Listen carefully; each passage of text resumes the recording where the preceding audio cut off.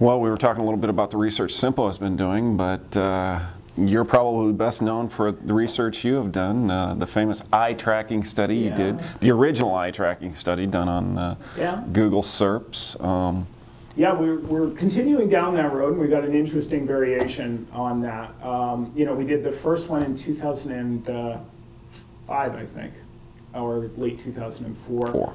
We did a follow-up last year on comparing Google, Yahoo, Microsoft. One of the questions that was coming out was obviously, and I'm sure you've seen it, I've seen more innovation on the actual interface, the look of the interface in the search space in the last 6 months than I've seen in the last 10 years. You know, Ask unveiling 3D search, Google unveiling both universal blended results and personalization. Yahoo's been making changes on their interface. Microsoft's gotten playing around with some stuff. And I really think that although most of the innovation in the search space has been a little bit hidden in the background, tweaking algorithms and improving infrastructure, I think the next big moves will be all on the interface side, the UI side.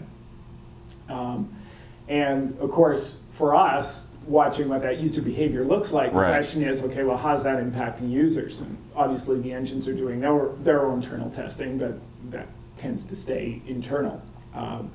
So we were asked, we said, well, have you guys ever done eye tracking on personalization? We weren't exactly sure how to do that because, you know, personalization introduces some interesting challenges in methodology. It's based on past history, which is tough to do in a one-off panel. But we wanted to get something out there. So what we did is we kind of took an interesting approach. We said, okay, well, universal is fairly easy. We can do certain searches, see universal results. We can eye track that now. So we did that. And then we said, well, personalization as it's currently being implemented by Google, we think we're at the very earliest stages of that, and I don't think it's truly impacting the user experience that much. But what if, you know, we look 12 months down the road and say, you know, they've got the algorithms working, so the results they do show that are personalized are relevant, they've got strong information set. And what if we say, okay, well, there's 3 slots on the page that are kind of earmarked for personal results if they exist. What if we set up a scenario, we get a panel that was kind of a friends and family panel because we were imposing on them. We set up an initial session where we give them a scenario to just go out, do anything they want, and we track all their click strings. So we have a personalization data set to look at. And then we call them back for a second session. We say, okay, pick up where you left off, but then we start giving them personalized results. So that's what we did. We did eye tracking on that to see how strong a draw those personalized results were. And then we went one step further still, and we said, well, I wonder what a search results page could look like in 2010. So I did a series of 8 interviews. I interviewed Marissa Mayer at Google, I interviewed Danny Sullivan and Chris Sherman, I interviewed Greg Sterling, I interviewed Larry Cornett at Yahoo, Justin Osmer at Microsoft, and Jacob Nielsen. And we kind of aggregated some of the themes, and our in-house designer put a mock-up together of what a Google results page could look like in 2010, heavily personalized. And we did eye tracking on that. So we kind of looked forward 3 years in the future, took some different benchmarks and said, I wonder what the user experience is going to look like in those things. I don't know if I'm sad or happy, but the golden triangle doesn't look like it's going to be as standard in the future as it is now.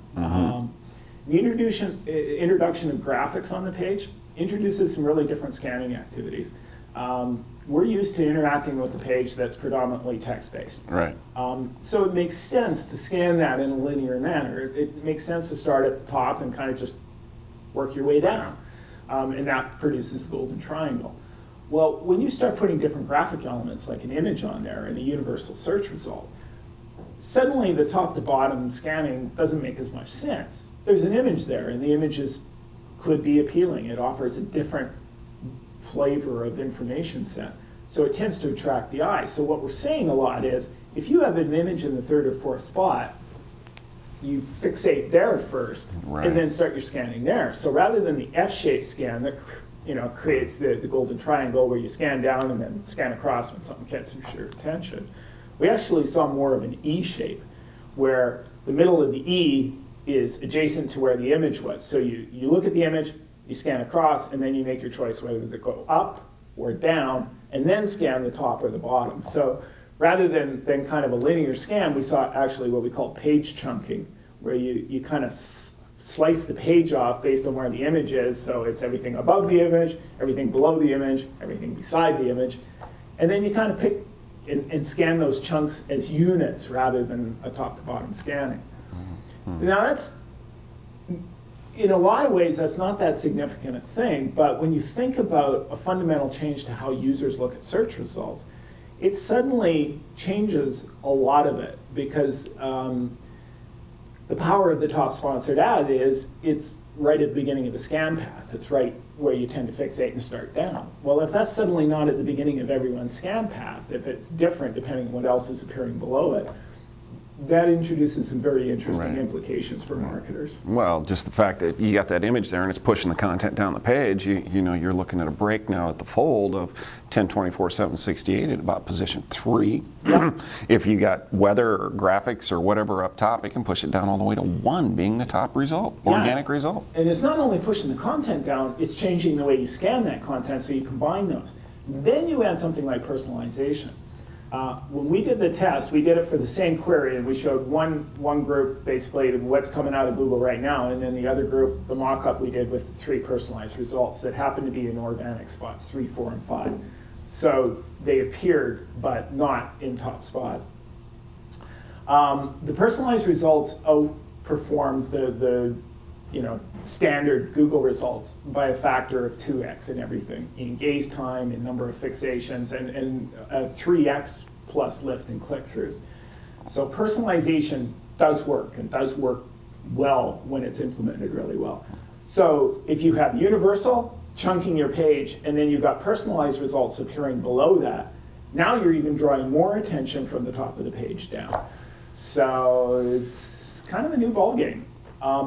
You combine that with the fact that everyone I talked to at the 3 major engines, Marissa, Larry, and Justin, all said, there's a lot of change coming in the search interface over the next 2 to 3 years. The linear presentation, almost everyone said, that paradigm is dead. We're done with the 10 blue links, the top sponsored, the side sponsored.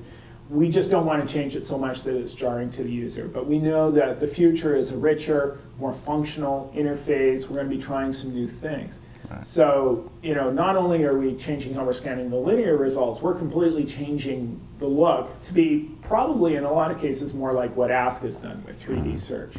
But ultimately, the user is going to decide what they respond to and what they don't. Right.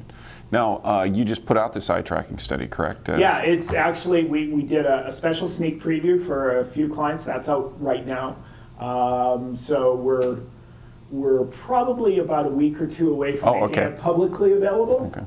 Speaking of timing, we are out of it. I appreciate you taking time to talk with us, Gord. It was great.